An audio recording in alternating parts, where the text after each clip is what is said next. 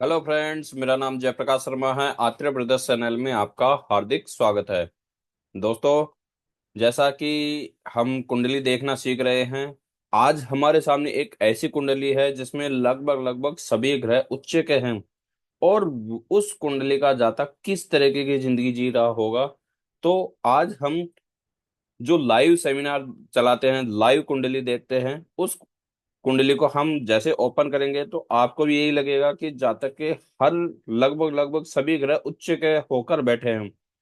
और जातक किस तरीके का होगा, तो जातक के लाइफ में किस तरीके से वह ग्रह अपना असर दिखा रहे होंगे। तो आइए हम इस लाइव कुंडली को ओपन करके देखते हैं।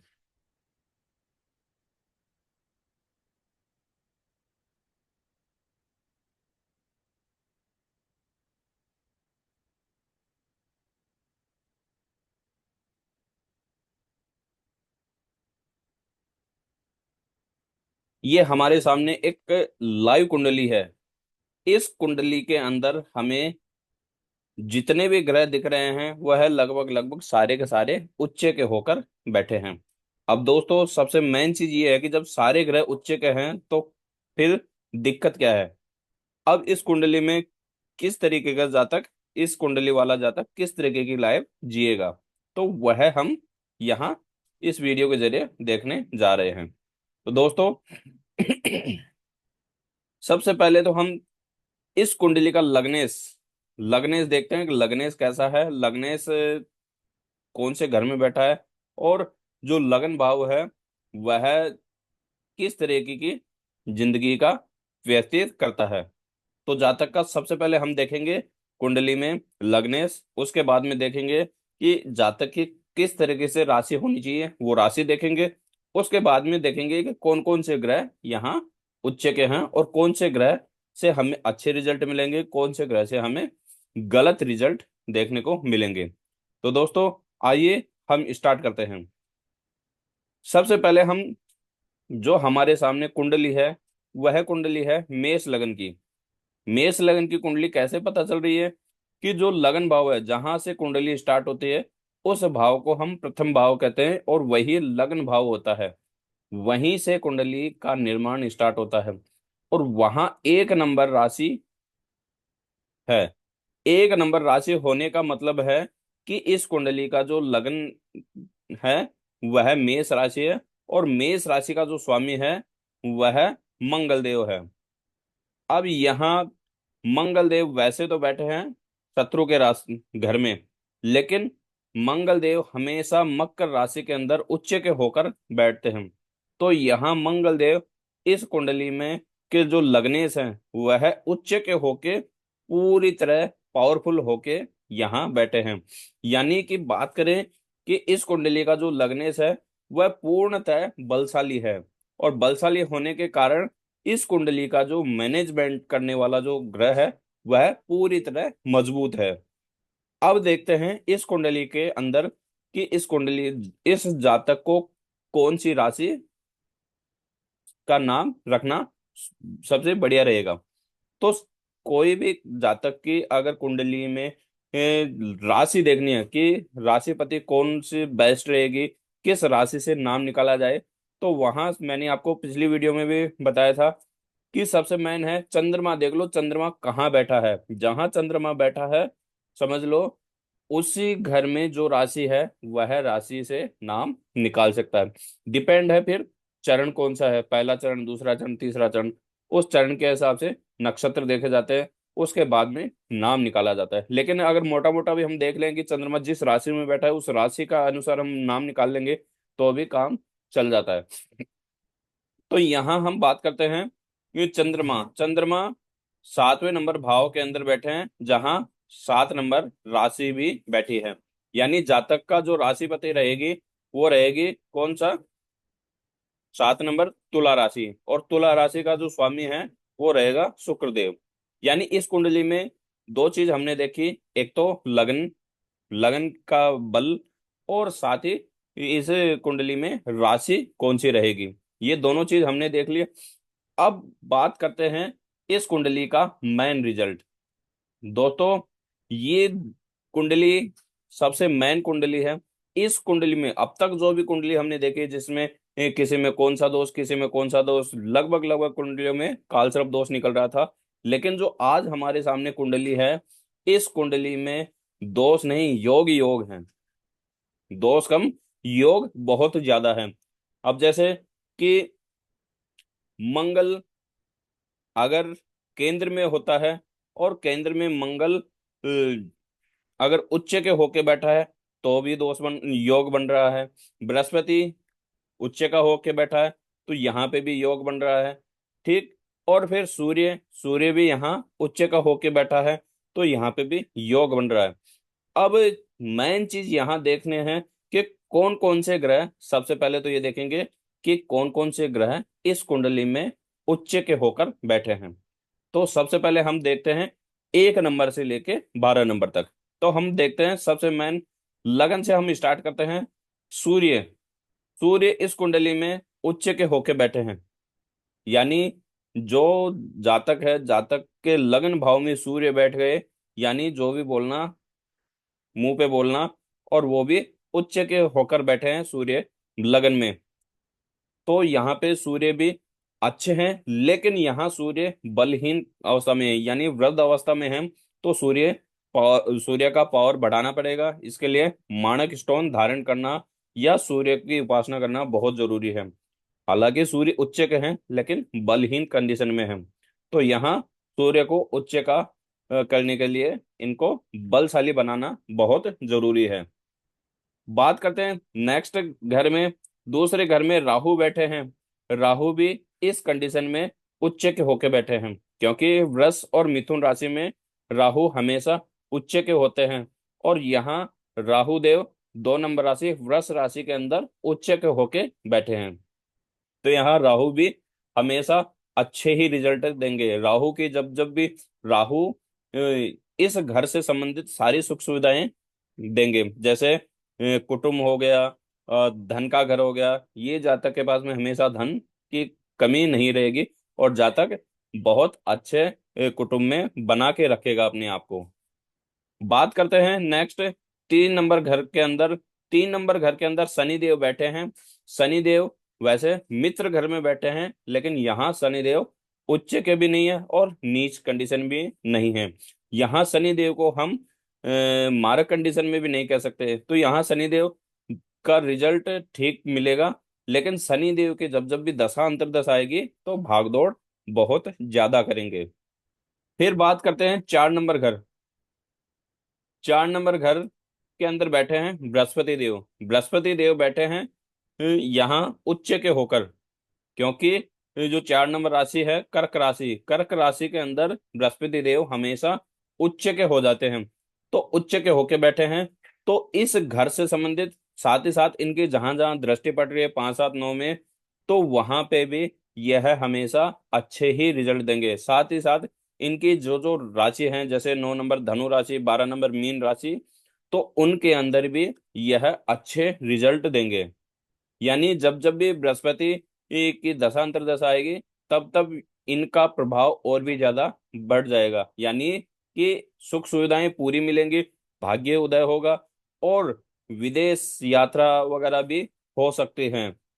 फिर बात करते हैं, चंद्रमा यहाँ उदासीन अवस्था में बैठे हैं। उदासीन अवस्था में ऐसे कि योग कारक तो हैं, लेकिन शत्रु के साथ में बैठे हैं। तो यहाँ चंद्रमा उदासीन अवस्था में रहेंगे, लेकिन यहाँ चंद्रमा बैठने के कारण और पूरी तरह कार्य कर रहे हैं। तो ऐसी कंडीशन में चंद्रमा जातक को शकुनी शक टाइप से उनके पैदा करेंगे। यानी अगर जातक बिजनेस लाइफ पार्टनर और बिजनेस पार्टनर पे हमेशा शक की नजर से रखेगा, छोटी छोटी बातों पे शक जरूर करवाएगा, क्योंकि चंद्रमा यहाँ शत्रु के साथ में बैठे हैं। तो जब चंद्रमा योग कारक हैं और शत्रु के साथ में बैठे हैं, तो कुछ तो गलत करते हैं, लेकिन उदासीन हैं, ज्यादा नहीं करेंगे। फिर बात करते हैं हम 8 नंबर भाव वृश्चिक राशि। 8 नंबर घर में वृश्चिक राशि बैठी है, और वृश्चिक राशि के अंदर केतु देव भी उच्च के होके बैठे हैं। अभी यहाँ पे भी जातक के लिए बहुत अच्छा है। जातक अगर रिसर्च वगैरह भी करेगा तो जातक के लिए बहुत अच्छा योग बनता है, क्योंकि यहाँ केतु के उच्च के होके बैठे हैं। अब बात करते हैं मंगल देव। मंगल देव का हमने स्टार्टिंग में जिक्र किया था कि मंगल देव उच्च के होके बैठे हैं। अब ग्रह रह गए दो, शुक्र और बुध। देखो, बुध इस कंडीशन में यहाँ पूरी तरह मारक कंडीशन में है। पहले तो इनकी जो दो राशियां हैं, एक तो तीसरा भाव, एक 6 नंबर भाव। 6 नंबर भाव में भी 6 नंबर राशि कन्या राशि बैठी है, 3 नंबर भाव में मिथुन राशि। ये दोनों राशियां एक तो पराक्रम वाले घर में बैठी है और दूसरा शत्रु वाले घर में बैठी है। और साथ ही साथ जो बुध देव हैं वो भी शत्रु के घर में बैठे हैं। तो यहाँ बुध देव पूर्ण तरह मारक कंडीशन में है। लेकिन खुशखबरी ये है कि बुध देव भी सूर्य के साथ में अस्त हो रखे हैं, तो बुध देव का भी इतना खास रिजल्ट नहीं मिलेगा। बात करते हैं शुक्र की। शुक्र का एक 7 नंबर भाव के अंदर 7 नंबर राशि तुला राशि बैठी है, और 2 नंबर भाव के अंदर 2 नंबर राशि वृष राशि बैठी है। यानी अगर शुक्रदेव यहाँ मित्र राशि में बैठते तो शुक्रदेव उच्च मतलब योग कारक अच्छे रिजल्ट देंगे। लेकिन यहाँ शुक्रदेव भी गलत हो गए। क्यों? क्योंकि शुक्रदेव मंगल देव के घर में बैठे हैं। मंगल देव के घर में बैठने के कारण यहाँ शुक्रदेव हमेशा गलत ही रिजल्ट देंगे। यानी पूर्णतः शुक्र और बुध देव यहाँ इस कंडीशन में पूर्णतः मारक कंडीशन में रहेंगे। ये हमेशा कुंडली में गलत ही रिजल्ट देंगे। अब ये तो हो गया कि जातक की कुंडली में कितने सारे योग कारक ग्रह थे, कितने अच्छे ग्रह थे। अब हम देखते हैं कि जातक की कुंडली में किस तरीके से जातक को बेनिफिट मिलेंगे। अब जैसे बात करते हैं राहु केतु और बृहस्पति, इन तीन ग्रहों की ये जो दृष्टि होती है वो 5 7 9 होती है। और जो मंगल देव है इसकी होती है 4 7 8। क्योंकि ये जो जो घर का मैंने नाम लिया है वो सारे घर उच्च के हैं। सूर्य उच्च का है, लेकिन सूर्य की दृष्टि सिर्फ 7वें घर पे ही होती है। अब हम स्टार्ट करते हैं कि इस कुंडली का जातक किस तरीके की लाइफ स्टाइल जी रहा है। तो बात करते हैं सबसे पहले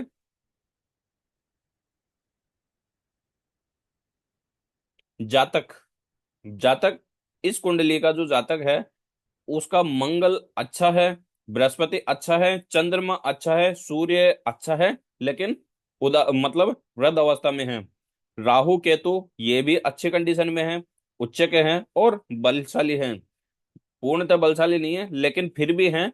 50% अच्छे रिजल्ट ही देंगे, क्योंकि जब ये 6 अंश के हैं तो 50% रिजल्ट देने योग्य हैं। 25 से 50 इनका आप बल बढ़ाने के लिए इनका बीज मंत्र का जाप आप कर सकते हैं। लेकिन अभी कोई भी जातक इस कुंडली के अनुसार कभी भी राहु केतु का दान ना करे भूल के भी। राहु केतु सूर्य बृहस्पति चंद्रमा मंगल और शनि, इनके दान करने से इन ग्रहों को बलहीन नहीं बनाना। क्योंकि कई बार होता क्या है कि हम जल्दबाजी में किसी से जल्दबाजी में कुंडली दिखा लेते हैं और शनि का दान करवा के शनि का हम बलहीन करवा देते हैं, बृहस्पति को बलहीन करवा देते हैं। अब मैं आपको इसमें एक एक ग्रह के बारे में थोड़ा सा विस्तार से बताता हूँ, क्योंकि अगर डीपली विस्तार से करेंगे तो यह जो वीडियो है ये 2.5 से 3 घंटे की चली जाएगी। लेकिन हम थोड़ा थोड़ा डीपली जाएंगे तो ये वीडियो हम 20 25 मिनट में पूरी कर देंगे। अब जैसे बात करते हैं कि जातक को मंगल की दृष्टि बहुत अच्छी है। जातक के कुंडली में बुध और शुक्र इसकी जब जब भी दशा अंतर्दशा आएगी तो इन दोनों ग्रहों को अपने फेवर में लेने के लिए इनका दान या बीज मंत्र वैदिक मंत्र का जाप करना बहुत जरूरी रहेगा। क्यों? क्योंकि इस कुंडली में ये दोनों ग्रह मारक कंडीशन में हैं। उसके बाद हम बात करते हैं सूर्य। सूर्य इस कुंडली में जातक को बहुत कठोर वचन कटु शब्द बोलने वाला बना देता है। क्योंकि लग्न में बैठ जाता है तो वो लग्न पे ज्यादा यानी तनु भाव पे ज्यादा काम करता है। और साथ ही साथ संतान के घर में भी इसी का वो चलेगा। तो जब आपके कुंडली में सूर्य लग्न भाव में बैठे हैं तो कठोर वचन बोलने वाला इंसान बना देते हैं। तो जो भी ये व्यक्ति बोलेगा वो हमेशा जो बोलना होगा वो मुंह पे बोल के छोड़ देगा, ऐसे पीछे की बोलने की चीजें नहीं छोड़ेगा। बात करते हैं राहु। राहु अपने उच्च का होके बैठा है 2 नंबर भाव में। यानी जब भी जातक को कभी धन की कमी नहीं होने देगा। और जातक को जो कुटुंब होता है, कुटुंब वालों से हमेशा बना के रखने वाला बनाएगा। कभी भी कुटुंब से बैर नहीं करेगा। या कई ऐसे होते हैं ना कि जैसे अड़ोसी पड़ोसियों से हमेशा छोटी छोटी बातों से झगड़ के रहते हैं। ये जातक क्या करेगा कि अड़ोसी पड़ोसियों से हमेशा बना के रखेगा। क्यों? क्योंकि इसके जो कुटुंब के भाव में जो राहु बैठे हैं वो उच्च के होके बैठे हैं। और उच्च के होके बैठे हैं तो हमेशा धन की कमी नहीं होगी। और अड़ोसी पड़ोसी हमेशा बन के मित्र बन के रहेंगे। बात करते हैं शनि की। देखो शनि वैसे इस कुंडली में मारक का नहीं है, क्योंकि 2 ग्रह हैं, 10 नंबर घर और 11 नंबर घर। एक केंद्र का घर है और एक धन का भाव है। दोनों ही अच्छे हैं। और साथ ही साथ शनि देव बैठे हैं बुध के घर में। बुध और शनि दोनों आपस में मित्र हैं। तो यहाँ शनि देव अच्छे रिजल्ट देने वाले हैं। कभी भी शनि इस कंडीशन में गलत रिजल्ट नहीं देंगे। लेकिन यहाँ शनि का कुछ फॉर्मूला रहेगा। शनि की जब जब भी दशा अंतर्दशा आएगी तो उस कंडीशन में शनि हमेशा इस जातक की भागदौड़ बढ़ाएगा। क्यों? क्योंकि तीसरे नंबर भाव में शनि देव बैठे हैं। तो शनि देव तीसरे नंबर भाव में बैठ जाते हैं तो जातक की भागदौड़ परिश्रम बढ़ा देते हैं। लेकिन एक चीज मैं आपको बता देता हूं कि भागदौड़ के साथ में जो रिजल्ट निकलेगा वो रिजल्ट निकलेगा एक नंबर वन रिजल्ट निकलेगा। क्योंकि कहते हैं कि जब तक एक्सपीरियंस नहीं होगा ना तब तक हम कुछ नहीं कर सकते। और इस कुंडली में जब शनि देव का दशांतर दशा आएगी तो वह आपको उस एक्सपीरियंस लायक बनाएंगे। फिर बात करते हैं बृहस्पति देव। बृहस्पति देव उच्च के होके यहाँ बैठे हैं। तो पहले तो बृहस्पति देव अगर केंद्र के अंदर उच्च के होके बैठ जाते हैं तो अपना योग बनाते हैं, जो कि पंच महापुरुष योग में एक योग बनता है। तो ऐसे ही पंच महापुरुष योग यहाँ पूरी तरह बनता है।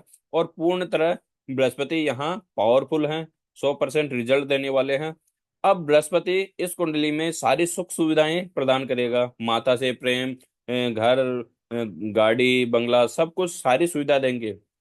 इसके साथ साथ इनकी दृष्टि 5 7 9 में पड़ती है। तो 5 7 9 का जैसे एक घर,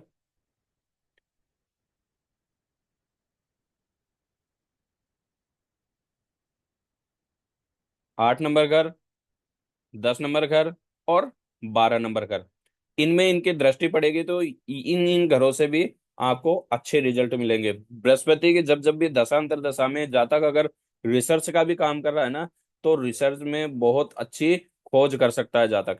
क्यों? क्योंकि अष्टम भाव में ये बृहस्पति की दृष्टि पड़ रही है और बृहस्पति उच्च के हैं। और अष्टम भाव में जो भी ग्रह बैठा है वो भी उच्च का है।